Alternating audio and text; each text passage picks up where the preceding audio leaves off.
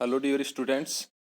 जैसा आप देख रहे हैं, आज हम एनएमआर स्पेक्ट्रोस्कोपी की हमारी जो क्लास है उसको कंटिन्यू रखते हुए उसमें हम टाइप्स ऑफ प्रोटॉन्स के बारे में यहाँ डिस्कशन करेंगे।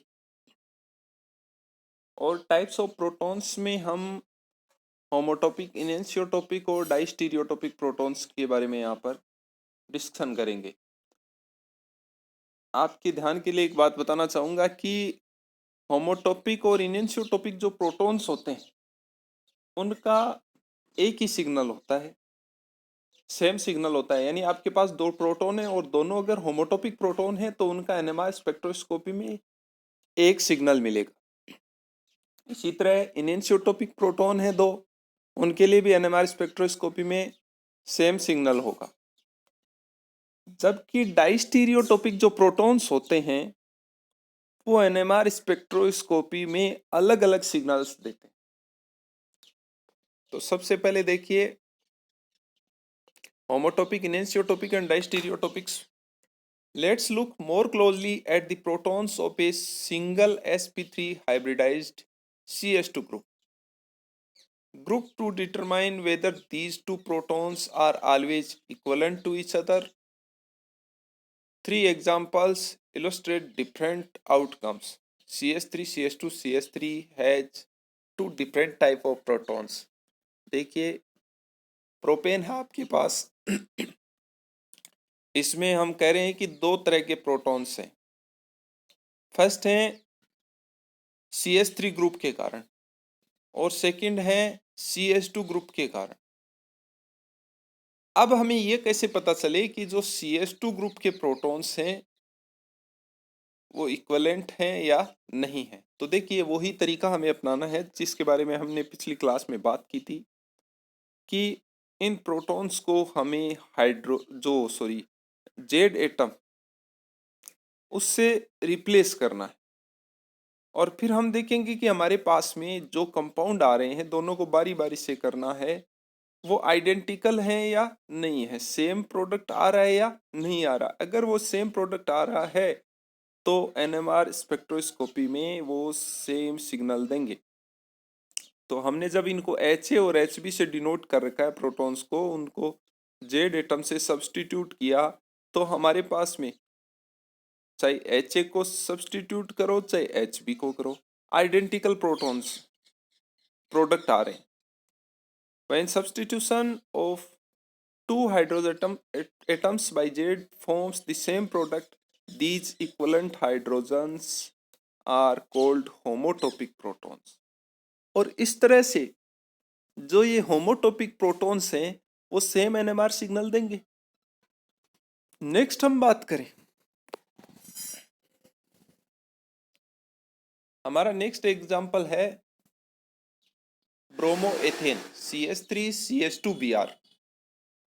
तो इसमें भी हमारे पास में दो डिफरेंट टाइप के प्रोटॉन्स हमें दिखाई दे रहे, एक CS3 ग्रुप के और एक CS2 ग्रुप के।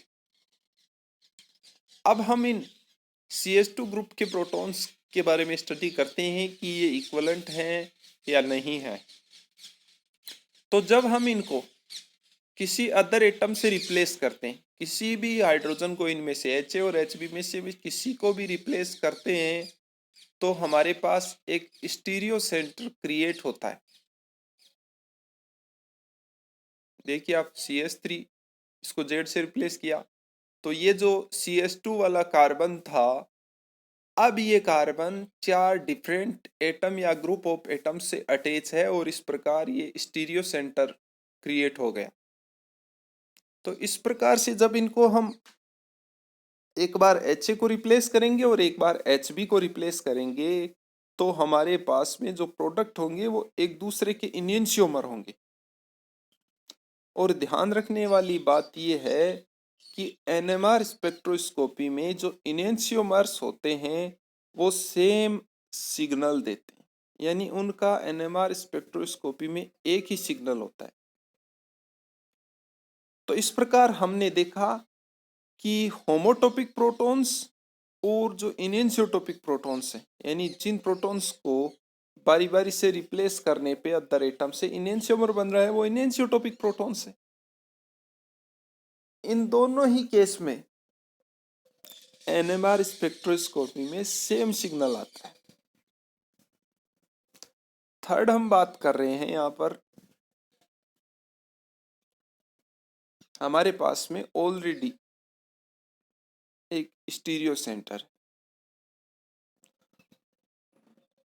R2 क्लोरोब्यूटेन है,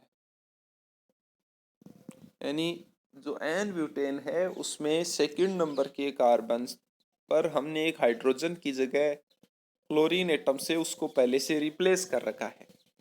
और इस प्रकार हमारे पास जो भी कंपाउंड तैयार हो रहा है उसमें दो पॉसिबिलिटी हैं, एक R और एक S। लेकिन हमने R2 क्लोरोब्यूटेन को लिया है। अब हम ये देखते हैं कि इसमें जो ये स्टीरियो सेंटर है इसके पास वाला CH2 ग्रुप है, उसके दोनों हाइड्रोजन को जब हम बारी बारी से रिप्लेस करते हैं HA और फिर HB को, तो हम देखते हैं कि जब हम HA को रिप्लेस करते हैं तो हमारे पास एक डाइस्टीरियोमर बनता है, जबकि HB को रिप्लेस करते हैं दूसरा डाइस्टीरियोमर हमें मिलता है। इसका रीजन आपको पता है कि पास में ऑलरेडी एक स्टीरियो सेंटर है।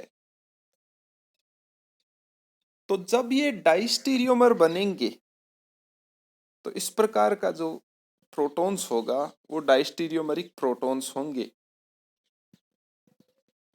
और ध्यान रखने वाली बात यह है कि डाइस्टीरियोमरिक जो प्रोटॉन्स होते हैं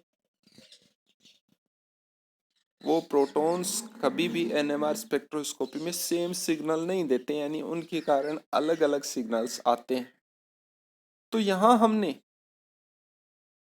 तीन तरह के प्रोटॉन्स की स्टडी की और उन तीन तरह के प्रोटॉन्स में हमने जो खास बात नोटिस की वो ये नोटिस की कि जो होमोटोपिक और इनेंशियोटोपिक प्रोटॉन्स हैं वो सेम एनएमआर सिग्नल देते हैं, जबकि डाइस्टीरियोटोपिक प्रोटॉन्स हैं उनके कारण डिफरेंट एनएमआर सिग्नल आते हैं और उन दोनों के कारण दो सिग्नल आ गए।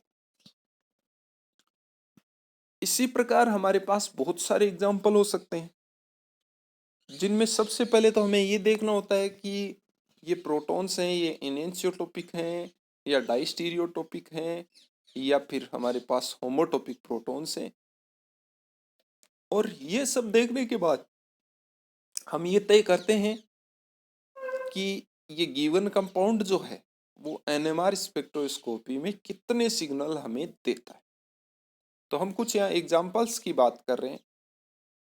देखिए, label the protons in each circulated CH2 group as enantiotopic, diastereotopic और होमोटोपिक। हमारे पास में जो फर्स्ट कंपाउंड है 6 कार्बन की चेन है और कीटोन है, 3 हेक्सेनोन है। इसमें जिस का CH2 ग्रुप को हमने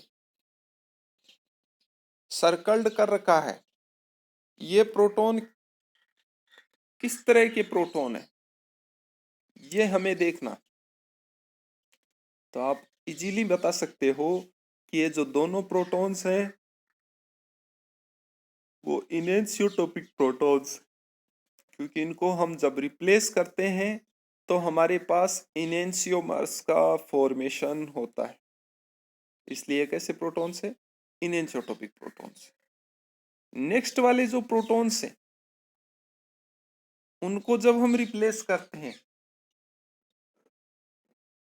एन पेंटेन है आपके पास, बीच में जो सेंटर का CH2 कार्बन है उनको हम बारी बारी से रिप्लेस करेंगे तो हमारे पास में कौन सा प्रोडक्ट बनेगा, होमोमर बनेंगे, होमोटोपिक प्रोटॉन्स होंगे ये। नेक्स्ट वाले में देखिए आप, ऑलरेडी स्टीरियो सेंटर है यहाँ पर एक सर्कुलेटेड CH2 ग्रुप के पास में ऑलरेडी स्टीरियो सेंटर है और इसलिए ये किस तरह के प्रोटॉन्स हैं आपको बताना है। इसी प्रकार फोर्थ एग्जाम्पल में भी आपको बताना है, तो ये आप इजीली बता सकते। अब हम कह रहे हैं कि how many H1 NMR signals would you expect for each compound. नीचे हमने 3 कंपाउंड दे रखे हैं और उनसे आप कितने तरह के NMR सिग्नल, कितने नंबर्स के NMR सिग्नल एक्सपेक्ट करते हो, वो संख्या आपको बतानी है। आप इजीली थोड़ा सा दिमाग लगा के ये बता सकते हो। तो आज की क्लास में हमने 3 तरह के प्रोटॉन्स के बारे में स्टडी की।